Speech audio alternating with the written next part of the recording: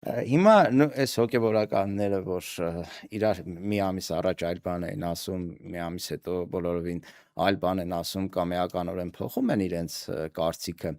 եկեղեցու կաթողիկոսի հետ կապված, ես ինձ թույլ կտամ մտածել, որ այդ մարդկանց վրա ազդել են ինչ որ գործոնով, որի հրապարակումից ինքը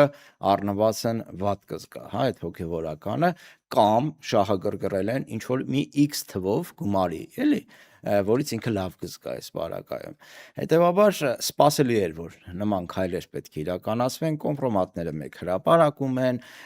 եկեղեցու վրա ճնշումը, տեսեք, Աշակ եպիսկոպոսի հետ կապված, հա, որ հրապարակեցին, իրենց նպատակը ոչ թե Աշակ եպիսկոպոսին, թե արքեպիսկոպոս, չգիտեմ, Սրբազան, Աշակ Սրբազանին վարկաբեկելն էր հանրության շրջանում, այլ եկեղեցու մեջ գեներացնել գործընթացներ, չնայած Աշակ Սրբազանը ասում է, որ դրա հետ կապ չունի, բայց դա արդեն էական չի, հա,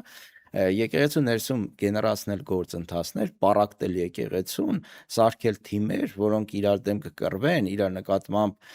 վարկաբեկող հրապարակումներ կանեն, կքննադատեն եւ կողքից նայող արդեն հասարակություն արակոստե եկեղեցին հələ նայեք, էլի,